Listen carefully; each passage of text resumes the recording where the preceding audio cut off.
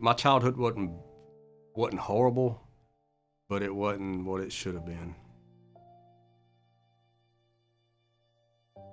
I hardly ever had like a male role model in my life to take me, and my mom took me sometimes, but she wasn't the Christian she should have been. She called herself a Christian, but it wasn't what I perceive as being a Christian and how I live my life now. I didn't drink anything or take any kind of drugs until I was 21. Went to prison when I was 23. So I didn't have a long run to start with. And then when I got out, I was clean for a number of years. And then I started off on pain pills. I started getting involved with drugs probably in the late 90s. Ecstasy to start with. I started selling, and then it went ecstasy and amphetamines. I started realizing I had a problem. I worked for family, and when they started noticing money missing out of petty cash,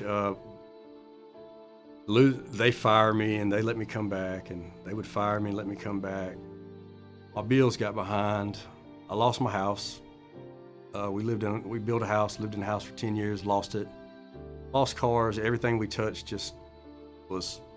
we lost. The only thing I have left, I lost everything of monetary value. The only thing I have left is what's important to me, and that's my wife and my kids and my family.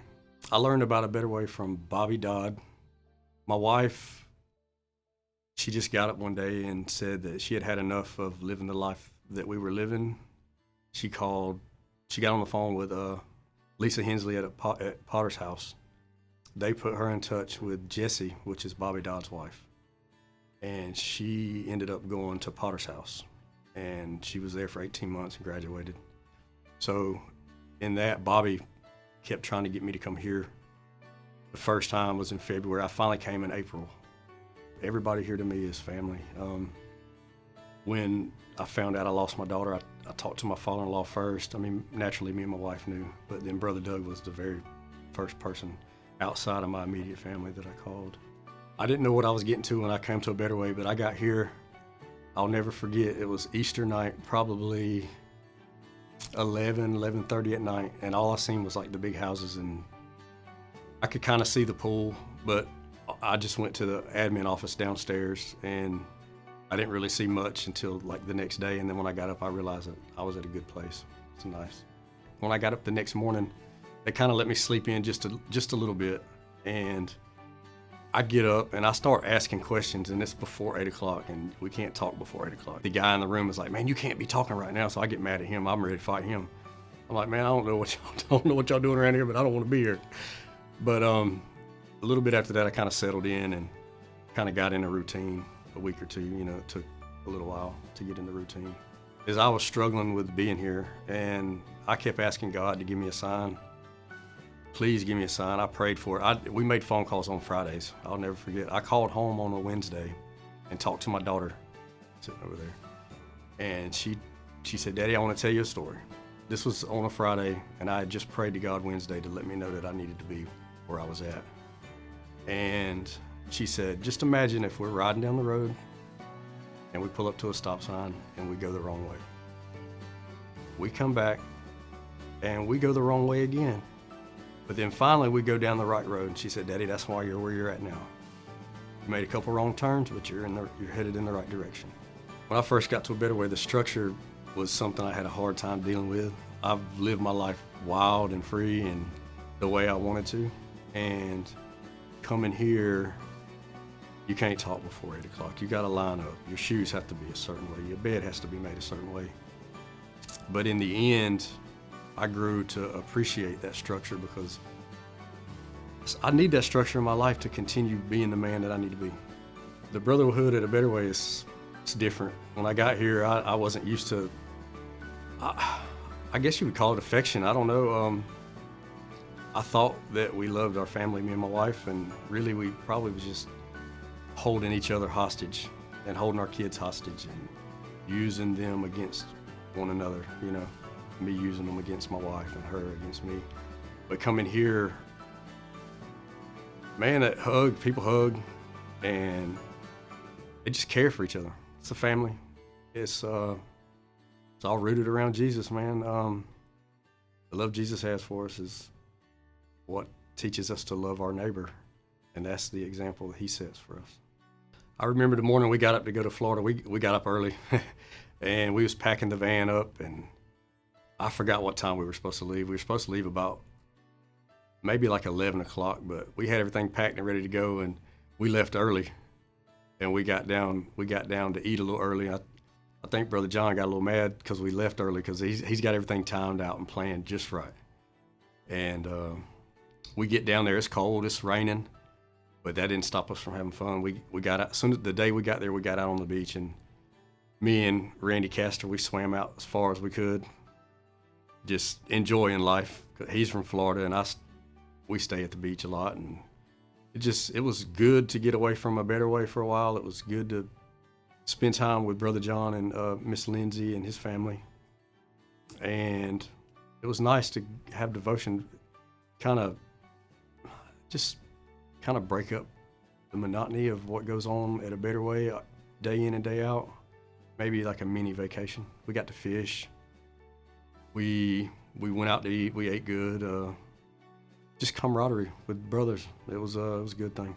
Going to Florida with Brother John and Pastor Gilbert, it was good. I had met Pastor Gilbert going to church, and then shortly after I got to A Better Way, we'd done some work out at his house, so kind of got to know him a little bit, and then got to know him a little more on a personal level in Florida because he talked about some of his struggles in his past. But it was, I don't know, my spirit was uplifted watching everybody get baptized, and that water was cold. But when you come up out of that water, you feel good. You didn't know about that cold anymore. You felt good. You felt peaceful.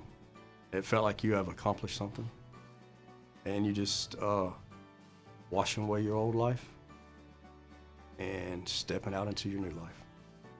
I'd always known God was there, and I've always been a believer. I didn't take it serious. I didn't fear God.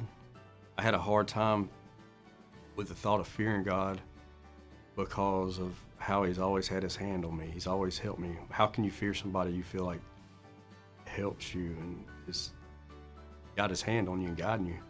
But I learned what the fear of God was. That's a reverence for God. That's a respect for God. That's not blatantly sinning. He has taught me how to love my wife like a husband is supposed to. He's taught me how to guide my children, how to teach them about God, how to keep them in church, and the importance of not living a sinful life. God has restored my life. He's restored my family. He has restored my relationship with my wife. He's brought my kids back home. We all live together as a unit. He's restored my relationship with family. They smile when they see me now. They smile when they see my wife. I'm back at work at the family business where I belong. God's influence on my life after being at A Better Way has been, it changed me. It's changed me completely. I'm not the man I used to be. So every relationship that I have has been affected by me being here. Not just with my wife or my kids. I don't yell and scream anymore. I don't cuss. I don't fight. People I come in contact with, they know that I've changed. They knew me before, but they can look at me now and they know that I'm different. I don't have to say anything. They can just tell by my demeanor, the way I walk, the way I carry myself. And every relationship that I have, whether it be family or outside of family, has had a positive impact from me being here. I take some of the structure that I've learned from A Better Way home. I put stuff in the same spot. I don't lose my keys anymore. I put them in the same exact spot. My phone, my house is a little in disarray right now for the holidays, but we try to live clean. We wear clean clothes. You know what I mean? We go to work on time.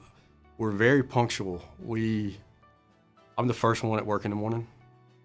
I make sure things. I'm a stickler for rules. I follow the rules, and I learned all that from being at A Better Way.